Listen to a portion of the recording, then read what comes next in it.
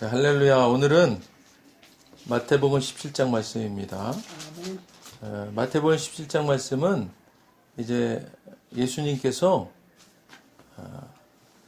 높은 산에 올라가셨다. 그런데 이걸 이제 변화산이라고 이렇게 얘기합니다. 변화산.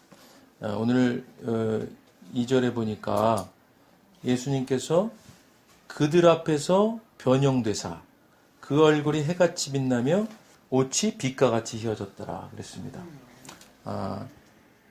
이 지금 예수님의 사실 그 육신적인 모습은 그대로인 상태인데 지금 변형됐다 이렇게 표현했고요. 그 얼굴이 해같이 빛났다. 또 옷이 빛과 같이 휘어졌다. 그러니까 이 지금 육신의 모습 그리고 물질적인 것들이 변화되었다는 얘기예요. 변화되었다. 그러니까 물질적인 것보다 성령에 덧입혀서 이제 그 모습이 이제 그냥 물질적인 모습이 아닌 형태로 변형되었다. 그 말입니다. 얼굴이 해같이 빛나며 옷이 빛과 같이 휘어졌다. 자, 예수님께서 이 변화산에 오르시고 성령께서 충만히 임하시니까 변형되셨다 그랬어요. 그죠? 얼굴이 해같이 빛나며 옷이 빛과 같이 휘어졌더라. 자, 성도들도 마찬가지로 하나님의 그 생명, 그러니까 하나님의 그 성령이 충만히 임하면 이와 같은 모습을 보일 수 있다는 거예요. 그러니까 우리가 세상 가운데 살아가면서도 사실은 성령이 충만하면 우리는 우리 모습을 보지 못하고 있지만 세상 사람들이 우리를 볼 때 변형된 모습으로 보는 거예요. 그러니까 우리가 이런 말을 가끔 듣잖아요. 우리가 이제 그 예수 믿으면서 이렇게 살아가다 보면 어쩌다 만난 사람들이 얘기하는 수도 있고 또 갑자기 어떤 분이 아유 이렇게 편안해 보이냐 뭐 이렇게 물어보기도 하고 그죠? 그리고 하나도 안 늙어 보인다 이러기도 하고 그런 것들이 사실은요 예수 믿는 사람들의 자연스러운 모습이에요. 그렇게 보여야 됩니다. 우리가 누구 만났을 때 아니 근데 왜 이게 모습이 좀 이렇게 왜 이렇게 안 좋아 보여 이런 소리를 듣는 경우가 있잖아요. 그죠? 그랬을 때 우리 내가 충만하지 않았나? 돌아볼 필요 있어요. 사실. 그래서 늘 성령 충만하면 이와 같이 우리가 변형된 모습으로 보일 수 있다. 그것을 예수님께서 지금 보여주신 거고 그리고 3절에 보면은 그때에 지금 예수님이 변형되셔서 얼굴이 해같이 빛나고 옷이 빛과 같이 휘어진 그 모습 그때에 모세와 엘리야가 예수와 더불어 말하는 것이 제자들에게 그러니까 야고보와 그 형제들에게 그리고 요한과 그죠? 그들에게 보인 거예요. 아니 모세는 어느 시대 사람이고 엘리야는 어느 시대 사람인데 지금 모세와 엘리야가 예수님과 더불어 말하는 것이 그들에게 보이신 거예요. 보인 거. 실제로 이것이 일일 가운데는 그렇게 보인 거예요. 그러니까 이건 다시 말하면 무엇을 얘기하냐면 이게 다 모세와 엘리야는 다 구약에 있는 사람들이잖아요. 그죠? 그리고 구약에 기록된 대로 예언된 사람들이에요. 그런데 그분이 예수와 더불어 말하고 있다. 그러니까 시공간을 초월해서 지금 예수님이 말하고 계신 거예요. 이거 다시 말하면은 예수 그리스도라는 분은 그냥 뚝 떨어져 나오신 분이 아니라 그 원래 구약에 연결되어 있는 그런 그 완전하신 분이다라는 것을 말하고 있는 거예요. 항상 이 성경은 그 예수님이 말씀하실 때 구약을 들어서 말씀하신 경우가 많잖아요. 구약과 신약이 떨어져 있는 것이 아니라 구약에 예언된 것들이 신약에 이루어지고, 그죠? 구약의 예표로 보여진 것들이 신약에 실제로 보여지고 이런 것들입니다. 그러니까 이 예수님은 이 지금 예수님을 이 구약에 예언된 자로 알아봐야 됨에도 불구하고 사람들이 알아보질 못하는 사람이 많은 거예요. 그러니까 예수님께서는 항상 이렇게 구약과 연결되어 있다는 것을 자꾸 말씀하셔요. 그리고 구약에 예언된 자로 이렇게 온 것이다 라는 말씀을 하고 있는 거예요. 근데 그것을 이 제자들이 실제로 목도한 거예요. 변화산에서. 그러면서 그것을 이제 보니까 이 베드로가 이게 진짜로 이게 이 옆에 그 계속 쫓아다니면서도 늘 완전하진 못해 믿음이 그죠? 그런데 그것을 실제로 모세 자기들이 모세오경에 있는 그 모세도 보고 또 엘리야도 그죠? 그 예언됐던 엘리야도 보고 막 이러는 것을 보면서 이제 이 베드로가 은혜 받은 거죠. 그래서 그죠? 여기서 삽시다. 여기가 좋사오니 뭐 이렇게 한 거예요, 사실은.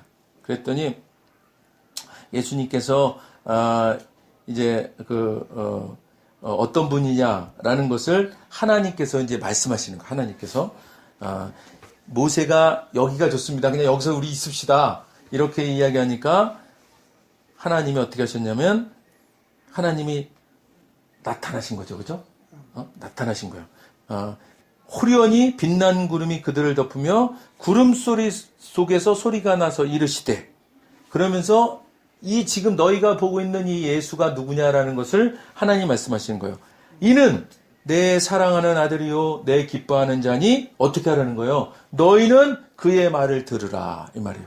그러니까 모든 것이 예수 그리스도를 통해서 완전해진다. 자꾸 사람들이 사람으로만 보니까 그러니까 제자들조차도 그러니까 하나님께서 직접 말씀하시는 거예요. 너희는 뭐야? 그의 말을 들으라. 그죠? 그러면서 예수님이 어떤 분이라는 걸 말하잖아요. 내 사랑하는 아들이다. 그리고 내가 기뻐하는 자다. 그러니까 너희는 그의 말을 들으면 된다. 이렇게 말하는 거예요. 그러니까 하나님의 음성을 실제 들은 거죠, 이제. 그러니까 심히 두렵다. 이게 사실 심히 두려운 일이죠. 우리가 이거 성경으로 읽으니까 그렇지 하나님이 이제 하나님 음성으로 그 우레와 같은 음성으로 말씀하시면 진짜 두려워서 어떻게 몸둘 바를 모를 거예요. 만약에 직접 대면했을 때 예수 그리스도 아니면 죽임당하는 거거든요.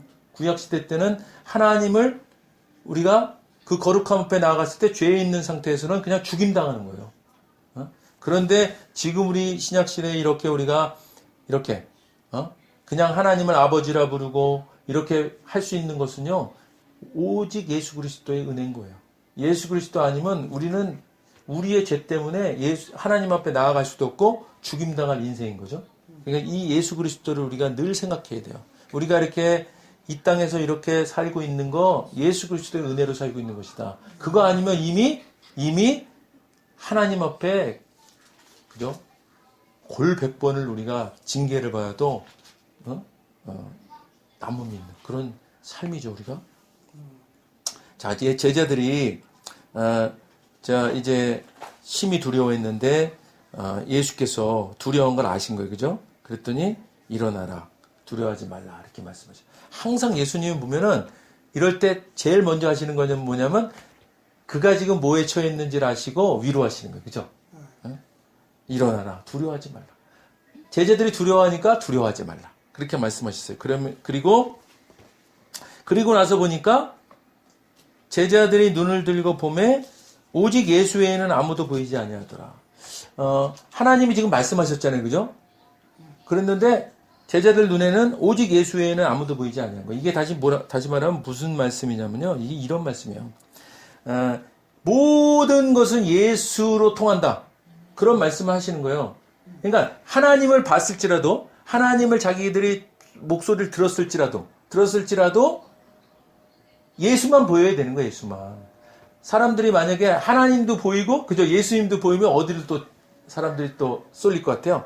그 하나님 앞에 또 아버지 그죠? 하나님 앞에 쏠리니까 그러니까 하나님께서 너희는 그의 말 들으라 말씀하신 것과 똑같이 아무것도 예수 외에는 보이지 않은 거야. 이거는 다시 말하면 계시 이 예수라는 것은 계시의 총체임의 완성이다. 그런 말씀이에요.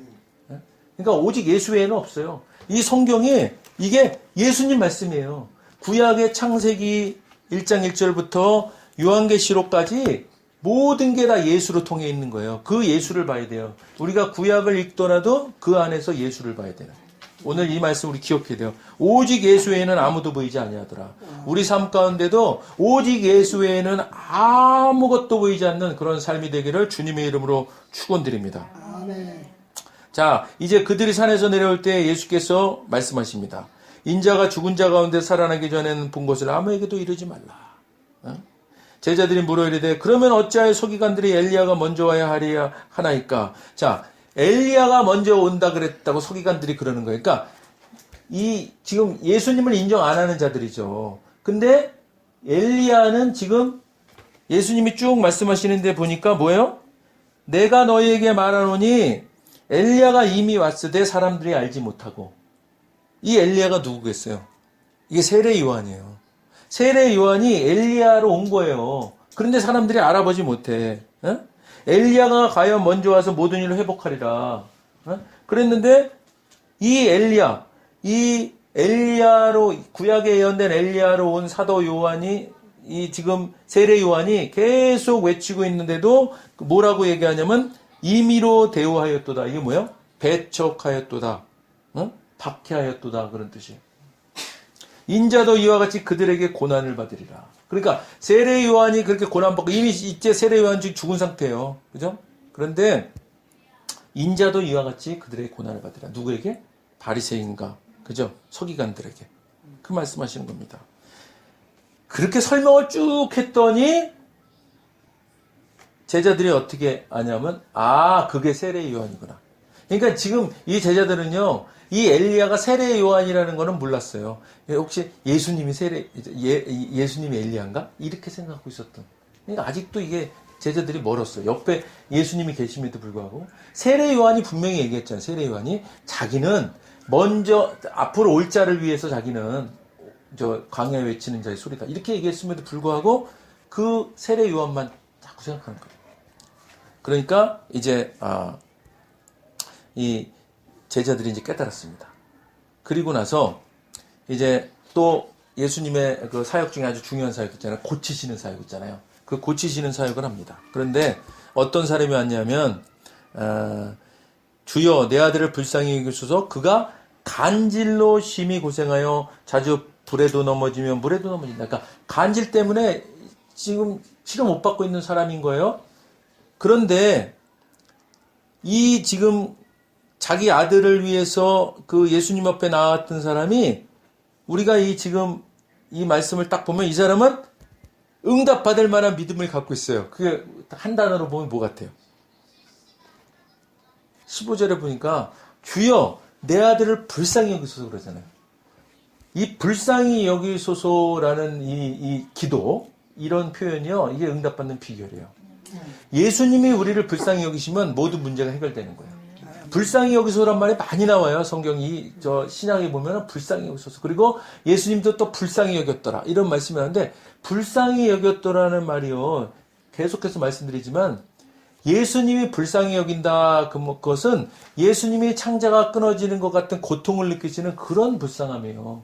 그러면 지금 이 사람이 내 아들이 간질로 고생합니다. 불쌍히 여겨주시옵소서. 그런다 그러면 예수님께서 그 모습을 보고 그 아들을 또 그 아버지를 불쌍히 보면 그녀 어떻게 돼요? 해결되는 거죠.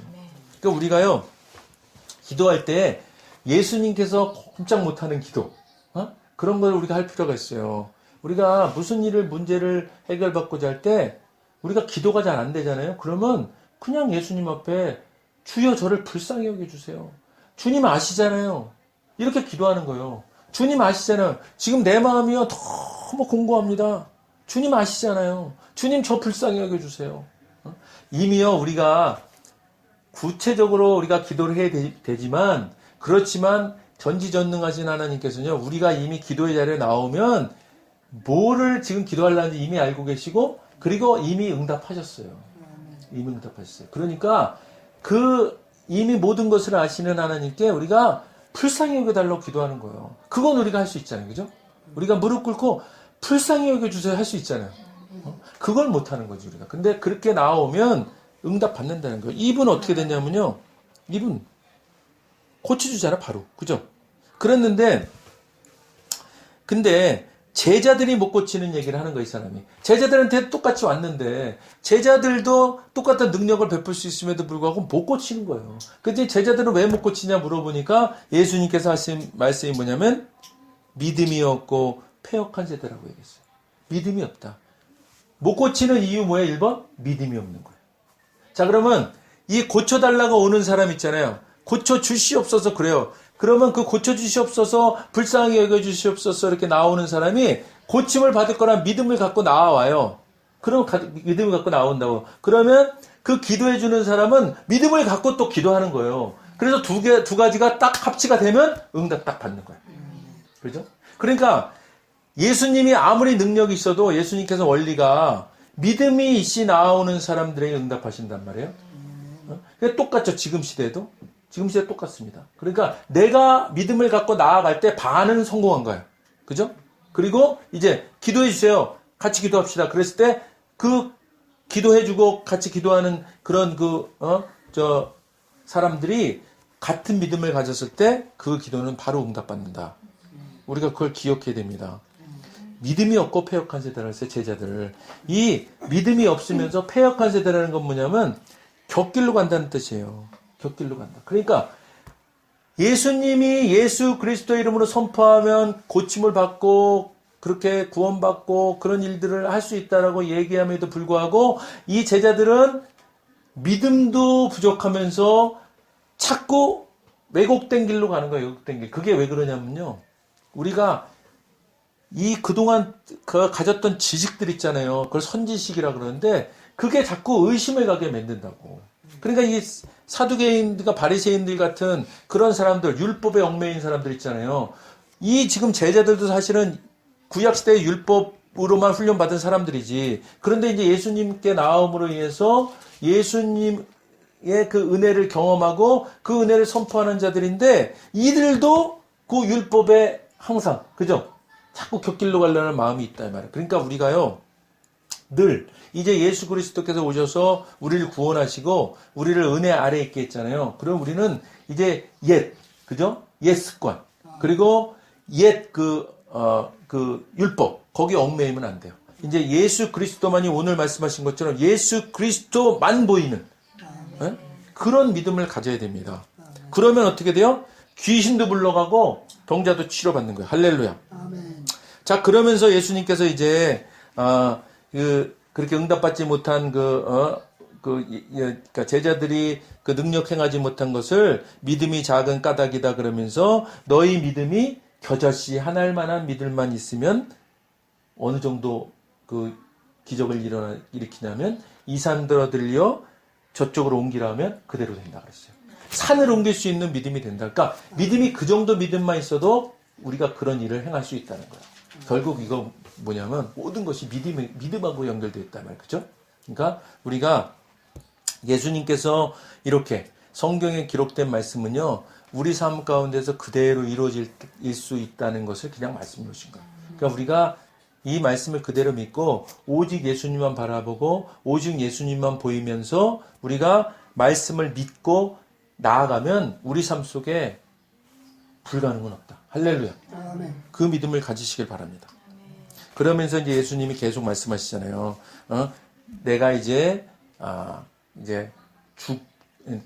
3일, 제가 죽은 지 3일 만에 이제 살아날 것이다. 이런 얘기 또 하세요. 예수님 앞으로는 어떻게 될 건지 얘기하잖아요.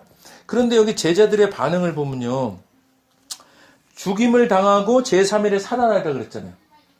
예수님이 죽임을 당하고 제3일에 살아나라 23절에 보니까 제자들이 그렇게 말한 거예요. 그랬으면 이거는 엄청난 기적이잖아요. 그죠?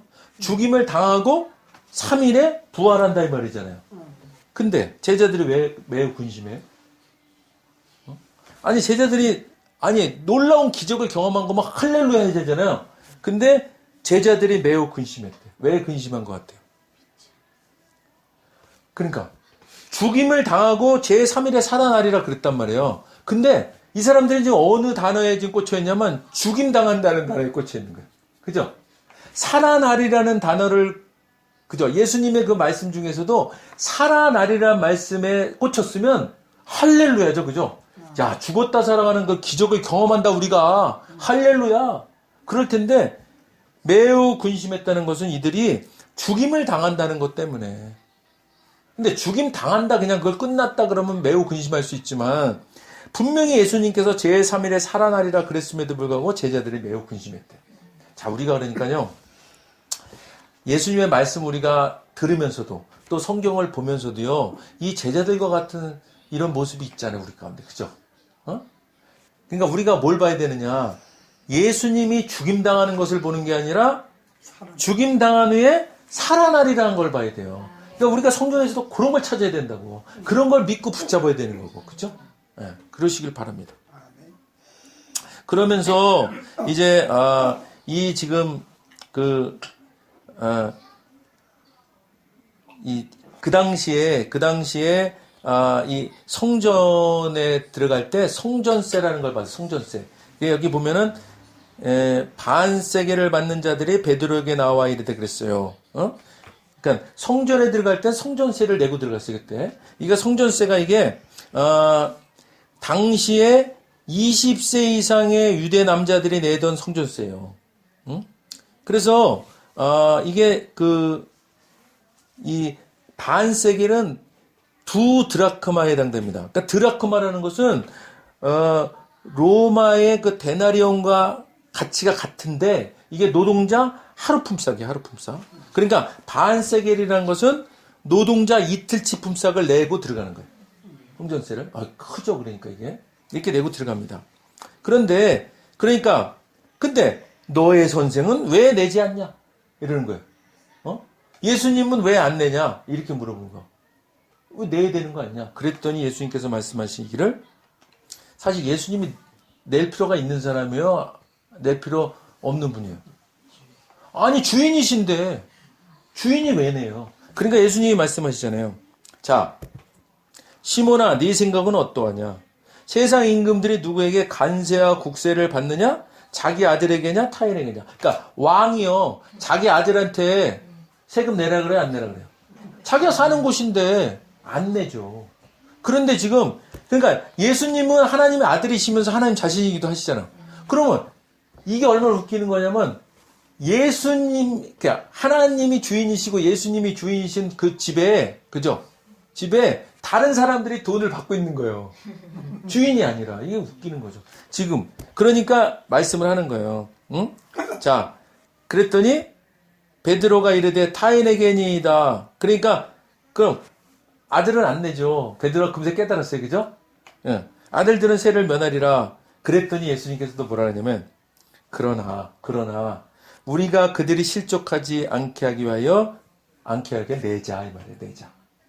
내라. 자, 그러니까 예수님이요. 자, 안 낸 것 때문에 똑같이 그거를 가지고 또 따지고 분란을 일으키고 실족하게 만드니까 내자. 쟤들이 저렇게 모르는데 어떡하냐 내자. 근데 그냥 낸 게 아니에요. 참 예수님이 보면 어떻게 하냐면 이 내는 것도 자 예수님 말씀하십니다. 네가 바다에 가서 낚시를 던져 먼저 오르는 고기를 가져서 자 베드로한테 너 가. 그래갖고 가서 그 당시에는요 그물로 이렇게 잡고 그러는 거예요. 근데 낚시를 던지는 거예요. 확률이 어떤 게 더 그러니까 우리가 가서 그물 던져서 잡는 거하고 낚시로 낚는 거하고 확률이 어떤 게 더 떨어져요? 낚시로 잡는 게 훨씬 어렵지, 그죠? 그거는 어떤 특정 고기가 와서 물어야 되잖아요. 그런데, 자, 바다에 가서 낚시를 던져, 그리고 먼저 오르는 고기를 가져서 입을 열면, 그러면 뭐가 있어요? 돈 한 세겔을 얻을 것이다. 그러니까, 가서, 내가 말한 대로 해, 가서 낚시를 던져, 그리고 먼저 무는 놈 있어, 그럼 그 입을 벌려, 그럼 거기에 지금 성전세가 반세겔이에요. 그죠? 반세겔 내는 거예요. 근데 그 입을 열면 한 세겔 있을 거죠. 그러니까 꽃배기로 있다는 게 꽃배기로. 그죠? 그거를 그리고 너가 주어라. 이 말이야. 그러니까 이건 뭐냐면 예수님께서 이렇게 세상에 지금 이 사람들이 뭘 모르고 자기네들 그런 법을 만들어 놓고 이렇게 하고 있는데 그래도 그 법을 그냥 그래 그 실족하지 않기 위해서 따르자. 그런데 이것이 예수님이 어떤 분이라는 것을 알려주시면서 하는 거예요. 그러니까 기적이잖아요, 이게. 그죠? 이런 기적. 그러니까 베드로도 점점 그러니까 이런 걸 경험하면서 믿음이 커가는 거죠. 그렇죠? 그러니까 우리도 동일하게, 자, 우리가 성경 말씀을 계속 지금 읽어나갑니다. 그죠? 읽어나가고 나누고. 그러면 지금 예수님께서 하신 일들을 계속 우리가 경험을 하는 거예요. 그죠? 우리가 경험하는 거예요. 그러면 경험하면 경험할수록 어떻게 되냐면 예수님에 대한 믿음이 더 깊어져야 되고, 그죠? 예수님께서 말씀하시는 것을 그냥 아멘, 할렐루야 따르는 그런 믿음이 되면 이 베드로가 무리를 걷는 기적을 경험하고 베드로가 마침내는 어떻게 되냐면, 그죠? 자기는 순교하겠다. 그러면서 거꾸로 매달려 순교하잖아요. 예수님께서 온전히 십자가에 매달리셨는데 내가 어떻게 그냥 매달리냐. 나는 거꾸로 매달려서 순교하겠다. 그렇게 순교한 사람이에요. 그러니까 이런 믿음이 그냥 생기는 것은 아니고 우리가 이렇게 말씀을 자꾸 나누고 예수님의 기적을 경험하고 그 말씀이 점점 우리 가운데 다가오면 그러면 우리도 믿음이 점점 커가야 된다. 그것이 당연한 거예요. 우리가 말씀을 듣고 그냥 버리면 안 돼. 우리가 지금 이런 오늘 마태복음 17장을 읽고 나눴다. 그럼 17장에 있는 기적들이 그래. 이런 기적이 내 삶 속에도 그대로 이루어질 수 있다. 그런 것을 우리가 그냥 마음 가운데 믿음으로 받는 거예요. 그랬을 때 실제 우리 삶 속에 이제 그런 역사들이 일어난다는 것입니다. 오늘 우리가 이 말씀 기억하시면서요. 우리도 이제 제자들이 예수님 옆에서 점점 더 믿음이 성장해 갔던 것 같이 그래서 결국은 순교하는 신앙에까지 이르렀던 것 같이 우리도 그런 믿음이 되기를 주님 앞에 우리가 간구하는 기도를 1, 2분간 드리도록 하겠습니다.